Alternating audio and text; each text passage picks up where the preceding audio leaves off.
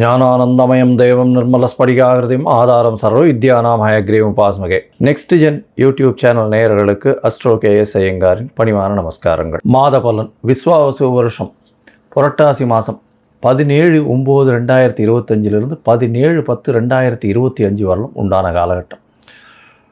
இந்த மாதம் மிகவும் விசேஷமான மாதம். தட்சிணாயனத்தில் 3வது மாதமாக சொல்லக்கூடியது பித்திருக்களுக்குன்னே உண்டான மாதம். அதாவது கோவிந்தா மாதம்னு சொல்லுவாங்க. அதாவது வெங்கடேச பெருமாளுக்கு மிகவும் ஏற்றமான மாதம். ஒவ்வொரு சனிக்கிழமையும் அதாவது இப்போ வெங்கடாச்சலபதி இது சேவிக்கிறது ரொம்பவும் பெரிய விசேஷம். திருப்பதியில் மிகப்பெரிய ஏற்றங்கள் நடக்கக்கூடிய காலகட்டமாக அமையும். இந்த மாதத்தில் வரக்கூடிய கோல்சாரம் என்ன, இந்த மாதத்தில் வரக்கூடிய மற்ற விசேஷங்கள் என்ன அப்படின்றத பார்க்கலாம். இந்த மாதத்தில் கோல்சாரம்னு பார்த்தோன்னா காலபுருஷ தத்துவத்தின் 3வது ராசி அப்படின்னு சொல்லக்கூடிய மிதுனத்தில் குருவும், சிம்மத்தில் 5வது ராசியான சிம்மத்தில் சுக்கிரனும் கேதுவும், 6வது ராசியான கன்னியில் புதனும் சூரியனும், 7வது ராசியில் செவ்வாய் அதாவது துலாத்தில், கும்பத்தில் சனி வக்கரம் இருக்கார், ராகுவும் இருக்கார். இந்த மாதத்தில் பார்த்தோன்னா வரக்கூடிய மாற்றங்கள் 29/9/2025 புதன் கன்னியா ராசியிலிருந்து துலா ராசிக்கு போகிறார்.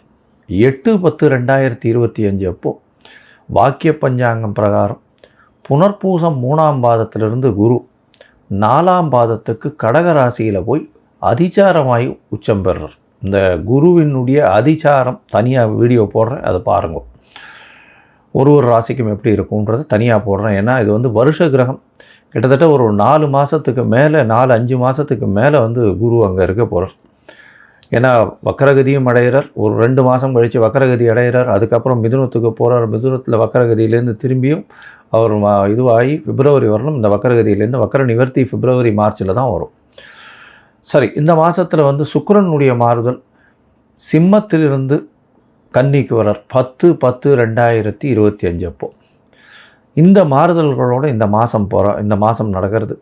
இந்த மாதத்தில் வரக்கூடிய விசேஷ நாள் அப்படின்னு சொல்லும் பொழுது 21ஆம் தேதி மகாலய அமாவாசை, அதாவது பித்திருக்களுக்கு தர்ப்பணம் கொடுக்க வேண்டிய நாள். அதாவது தை அமாவாசை, மாலை அமாவாசை, ஆடி அமாவாசை இதெல்லாம் ரொம்பவுமே பிரசித்தி பெற்றது. இந்த அமாவாசைகளில் நிச்சயமாக பித்திருக்களுக்கு உண்டான அதாவது கர்மங்களை செய்யக்கூடியதும் அதுக்கு இப்போ உண்டான கோவில்களுக்கு சென்று வருவதும் மிகவும் முக்கியம்.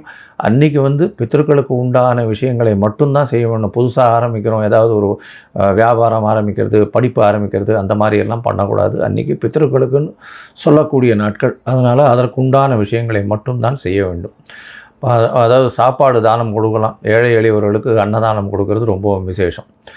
இந்த மாதத்தில் பார்த்தாலேயா நவராத்திரி வருது. பெரிய விசேஷமான அதாவது இந்தியாவில் மிகவும் பிரசித்தி பெற்ற 9 நாட்கள் 9 அதாவது பெண் தெய்வத்தை வைத்து அதாவது வணங்கக்கூடிய காலகட்டம். ஒரு 9 நாட்களும் சரி மிகவும் ஏற்றமான காலம். முதல் 3 நாட்கள் பார்வதிக்கும், அடுத்த 3 நாட்கள் லக்ஷ்மிக்கும், அடுத்த 3 நாட்கள் சரஸ்வதிக்கும், 9 நாட்கள் மிகவும் ஏற்றமான காலம். கடைசி 9வது நாள் சரஸ்வதி பூஜை, அதாவது ஆயுத பூஜை இதெல்லாம் வரும். அது அதாவது 1/10/2025 அன்றைக்கி சரஸ்வதி பூஜை, ஆயுத பூஜை சொல்லுவாங்க. விஜயதசமி எல்லாவற்றிலும் வெற்றி கிடைக்கக்கூடிய நாள் அப்படின்னு சொல்லக்கூடியது. அன்றைக்கி புதிதான விஷயங்களை ஆரம்பிப்பது ரொம்பவும் நல்லது. அந்த வெற்றி கிடைக்கக்கூடிய நாள் 2/10/2025 புதுசாக எந்த ஒரு விஷயத்தையும் தொடங்கிறதுக்கு ஆரம்பிக்கிறதுக்கு ஏற்ற நாள். இதை தவிர பார்த்தாலேயானால் 2/10 அன்றைக்கி அக்டோபர் 2 சொல்லக்கூடியது காந்தி ஜெயந்தி, நம்மளுடைய தேசப்பிதாவினுடைய அதாவது பிறந்த தினமாக சொல்லக்கூடியது காந்தி ஜெயந்தி. ஸோ அதனால் அதுவும் ரொம்ப விசேஷம். தேசத்திற்காக பாடுபட்டவர், தேசத்தின் சுதந்திரத்திற்காக பாடுபட்டவர். இந்த மாதத்தில் பார்த்தாலேயானால் மேஷம் முதல் மீனம் வரை ஒரு ராசிக்கா என்ன மாதிரியான ஏற்றங்கள், என்னென்ன விசேஷங்கள், மாற்றங்கள் இருக்குது அப்படின்றத பார்ப்போம். அதற்கு முன்னாடி என்னுடைய மொபைல் நம்பர் கீழே ஸ்க்ராலிங்கில் வந்துட்டுருக்கோம். உங்களுக்கு அஸ்ட்ராலஜிக்கல் கன்சல்ட் தேவைப்பட்டதுன்னா எனக்கு ஃபோன் பண்ணுங்கள். உங்களுடைய date, time, place of birth, உங்களுடைய பெயர், தாய் தகப்பனார் பெயர் இது வரலும் நீங்கள் அனுப்புங்க. என்னுடைய கட்டணம் என்னென்னு சொல்கிறேன். அந்த கட்டணத்தை அனுப்பிட்டு யூடிஆர் நம்பர் ஷேர் பண்ணுங்க. உங்களுக்கு முதல்ல உங்களுடைய ஜாதகத்தை PDF போடுறேன். அதில் சந்தி இருக்கான்றதை பார்க்குறேன். நட்சத்திர சந்தி, நட்சத்திர பாத சந்தி, அது தவிர வந்து லக்ன சந்தி, லக்ன பாத சந்திகள் இருக்கிறத பார்ப்போம். ஏன்னா எனக்கு தெரிஞ்சு 50 வயசு 55 வயசில் இருக்கிறவள் எல்லாமே இந்த பாத சந்தியில் வந்து ரொம்ப இந்த லக்னத்துக்கு இந்த தசை ரொம்ப நன்னா இருக்கும்னு நினச்சிட்டு இருப்போம். ஆனால் ரொம்ப மோசமாக இருக்கும். ஏன்னா அதற்கு முந்தின பாதத்தில் பிறந்திருப்பார். எடுத்துக்காட்டாக பார்த்தாலே ஏன்னால் விசாகம் 3ஆம் பாதத்தில் பிறந்திருப்பார். ஆனால் விசாகம் 4ஆம் பாதம்னு எழுதி விருச்சிக ராசின்னு வச்சுட்டு இருப்பார். 3ஆம் பாதமாக இருந்ததுன்னா துலா ராசி. துலா ராசிக்கு துலா லக்னமோ துலா ராசிக்கு உண்டான சுவர்கள் வேறு, பாவர்கள் வேறு, சமமானவர்களும் வேறு, அதே மாதிரி விருச்சிக ராசிக்கு உண்டானவர்களும் வேறு. அதனால் வந்து பார்த்தோன்னா இப்போ நல்லது நடக்கும்னு நினச்சின்னு யாராவது ஜோசியத்தில் சொல்லியிருப்பா எழுதி வச்சதை பார்த்து. அதில் வந்து பார்த்தாலேயானால் ஒரு மாறுதலாகி உங்களுக்கு எல்லா விஷயங்களும் அடிபட்டுட்டே இருக்கும். அதனால் அதை முதல்ல ஒழுங்காக பார்த்து சந்தியை சரியாக பார்த்து செஞ்சால் மட்டும்தான் உங்களுடைய ஜாதகம் சரியாக இருக்கும். அதற்கு பிறகு உங்களுடைய தசாபுக்தி, அந்தரம், சூக்ஷ்மம், இன்றைய காலகட்டத்தினுடைய நிலைமைகள், இன்றைய நிலைமையில் இருக்கக்கூடிய கோல்சாரம் நிலைமைகள் எப்படி இருக்குன்றதையும் பார்த்து உங்களுக்கு உண்டான தீர்வு என்ன அப்படின்றத சொல்கிறேன். இதன் மூலியமாக உங்களுடைய வாழ்க்கையில் வளர்ச்சியும் மலர்ச்சியும் இருக்கக்கூடிய வாய்ப்புகள் உண்டு. சரி, இப்போது ஒரு ராசியாக மேஷம் முதல் மீனம் வரை எப்படி இருக்குன்றதை பார்ப்போம். இந்த காலகட்டத்தில் உங்களுடைய சந்திராஷ்டம நாட்கள் என்னென்ன வருது, அதில் என்னென்ன செய்யலாம், என்னென்ன எளிய பரிகாரங்கள் செய்யலாம், என்னென்ன கோவிலுக்கு அருகில் போய் சென்று வரலாம் அப்படின்றதையும் சொல்கிறேன். இப்போது மேஷம் முதல் மீனம் வரை புரட்டாசி மாதம் விஸ்வாவசு வருஷம் பார்க்கலாம். தனுசு, மூலம், பூராடம், உத்திராடம் இந்த 3 நட்சத்திரம் 9 பாதங்களை கொண்ட ராசி. ராசியின் அதிபதி அப்படின்னு சொல்லக்கூடியவர் குரு. இந்த மாதம் பார்த்தேன்னா புரட்டாசி மாதம் குரு அதிசாரம் ஆறார். எப்போ அப்படின்னா 8/10/2025 அன்றைக்கி வாக்கிய பஞ்சாங்கம் பிரகாரம் பூரட்டாதி 4ஆம் பாதத்துக்கு, அதாவது கடக ராசிக்கு வர்றார்.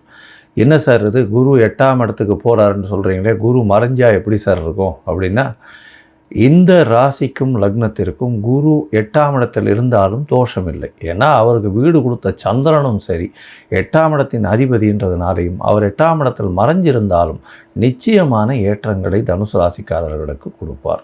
அதனால் கவலைப்பட தேவையில்லை. எப்படி கொடுப்பார் அப்படின்னா மறைமுக வருமானத்தை கொடுப்பார். எப்படி சார் மறைமுக வருமானம் அப்படின்னா, ஏன்னா குருவே வந்து 2ஆம் இடத்தை பார்க்குறார். தனஸ்தானத்தை தனக்காரகன் பார்க்கறது பெரிய விசேஷம். இதன் மூலியமாக பார்த்தலையானால் உங்களுக்கு நல்ல ஒரு ஏற்றம், பண வருமானம் இருக்கக்கூடிய காலகட்டமாக அமையப்போகிறது.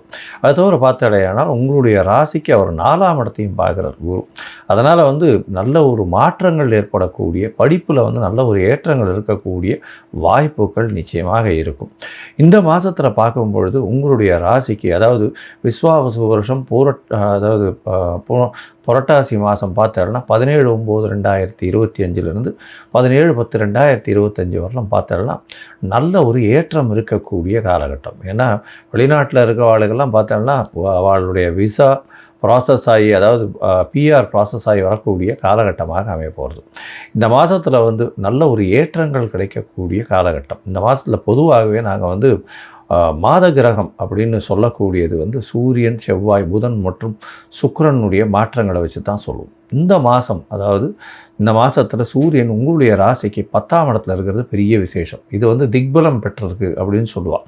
திக்பலம்ன்றது வந்து ஆட்சி பலத்திற்கு சமானம். அது தவிர பார்த்தலையானால் 10ஆம் அதிபதியும் சேர்ந்துருக்கா.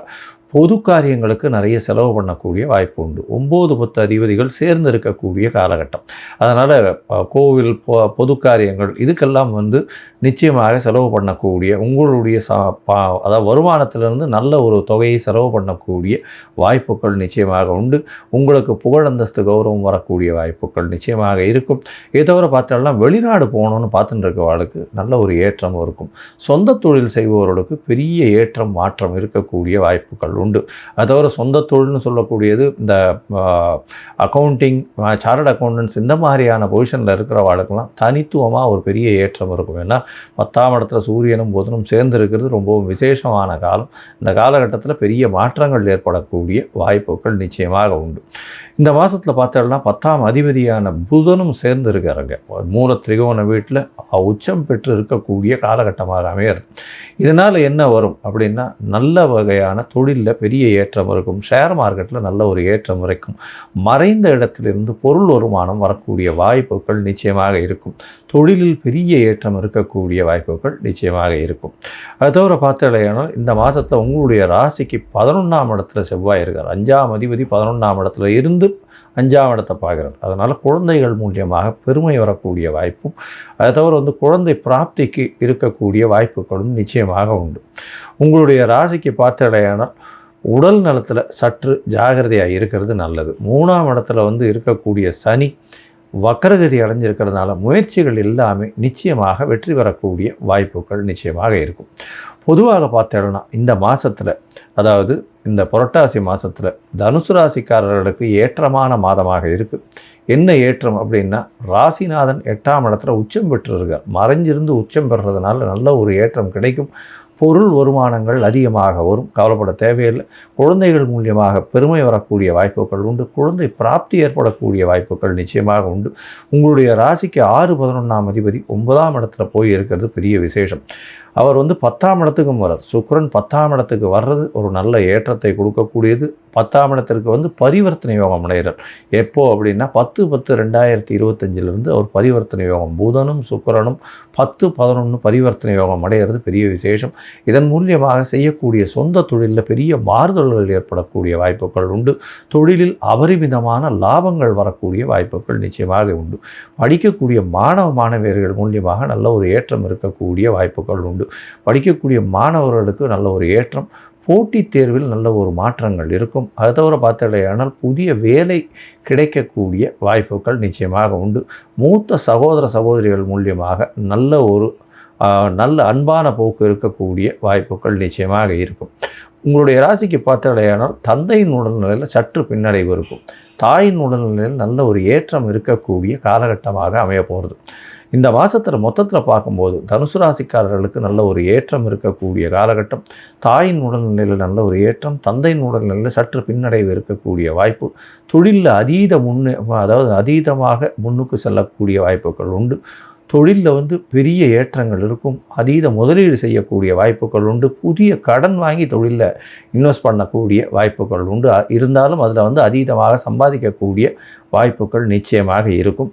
அதுவும் வந்து இந்த இதில் ஷேர் மார்க்கெட்டில், அதை தவிர அக்கௌண்டிங், காமர்ஸ் அந்த மாதிரியான விஷயங்கள், தங்கம், கோல்டு ஸ்மித்து அந்த மாதிரியான விஷயங்கள், மறைமுக வருமானங்கள், அதாவது ஷேர்ஸ்லாம் போடுறது, அது தவிர ரியல் எஸ்டேட்டில் ஒரு நல்ல ஒரு ஏற்றம் இருக்கக்கூடிய வாய்ப்புகள் உண்டு. வெளிநாட்டில் இருக்கக்கூடிய தனுசு ராசிக்காரர்களுக்கு பார்த்தோம்னா நிச்சயமாக இந்த மாதம் அவளுக்கு இந்த பிஆருக்கு வெயிட் பண்ணிட்டு இருந்தா அப்படின்னா கண்டிப்பாக பிஆர் கிடைக்கக்கூடிய வாய்ப்புகள் உண்டு. அதை தவிர வெளிநாடு போய் படிக்கணும்னு இருக்கிறவாளுக்கு நல்ல ஒரு ஏற்றம் கிடைக்கக்கூடிய காலகட்டம். வெளிநாட்டில் போய் அவங்க வந்து வேலையில் வந்து ஒரு மாறுதல்கள், வெளிநாடு போகணும், அதாவது ஆஃப் ஷோர் அப்படின்னு சொல்கிறா இல்லையா, அந்த மாதிரியான விஷயங்கள் போகக்கூடிய ஐடி ப்ரொஃபஷனில் இருக்கிறவாளுக்கு ஒரு பெரிய மாறுதல்கள் வரக்கூடிய வாய்ப்புகள் இந்த மாதத்தில் உண்டு. இந்த மாதத்தில் முயற்சிகளில் கொஞ்சம் ஜாகிரதையாக இருக்கிறது நல்லது. சில நாட்கள் முயற்சிகளை கைவிடுவதும் நல்லது. ஏன்னா அந்த சில நாட்கள் வந்து சந்திராஷ்டம நாட்கள்னு சொல்கிறோம். அந்த நாட்களில் வந்து புதுசாக வந்து முயற்சிகள் எடுக்க வேண்டாம். அதாவது அந்த சந்திராஷ்டம நாட்கள் அப்போது சந்திரன் 8ஆம் இடத்துல மறையும் போது சந்திராஷ்டமம்னு சொல்கிறோம். மதிக்காரகன் மறைஞ்சிருக்கும் பொழுது தவறான முடிவுகள் எடுக்கக்கூடும். அதனால் முடிஞ்ச வரலும் அந்த நாட்களை தவிர்க்கிறது நல்லது. அதற்கு பிறகு நீங்கள் அந்த ஒருவேளை செய்ய வேண்டிய கட்டாயம் இருக்குது அப்படின்னா சந்திரனுக்கு உண்டான எளிய பரிகாரம், அருகில் இருக்கக்கூடிய கோசாலையில் போய் அகத்திக்கீரை கட்டு கொடுத்துட்டு போங்க. நிச்சயமாக உங்களுக்கு சந்திராஷ்டமத்தின் தாக்கம் குறையும். சரி, இந்த மாதம் புரட்டாசி மாதம் எப்போ வந்து சந்திராஷ்டமம் வருது அப்படின்னு பார்த்தோன்னா 14/9/2000 அதாவது 17/9/2025 19/9/2025 வரலும் உண்டான நாட்களும், 14/10/2025 16/10/2025 உண்டான நாட்கள், கிட்டத்தட்ட 6 நாள் வருது.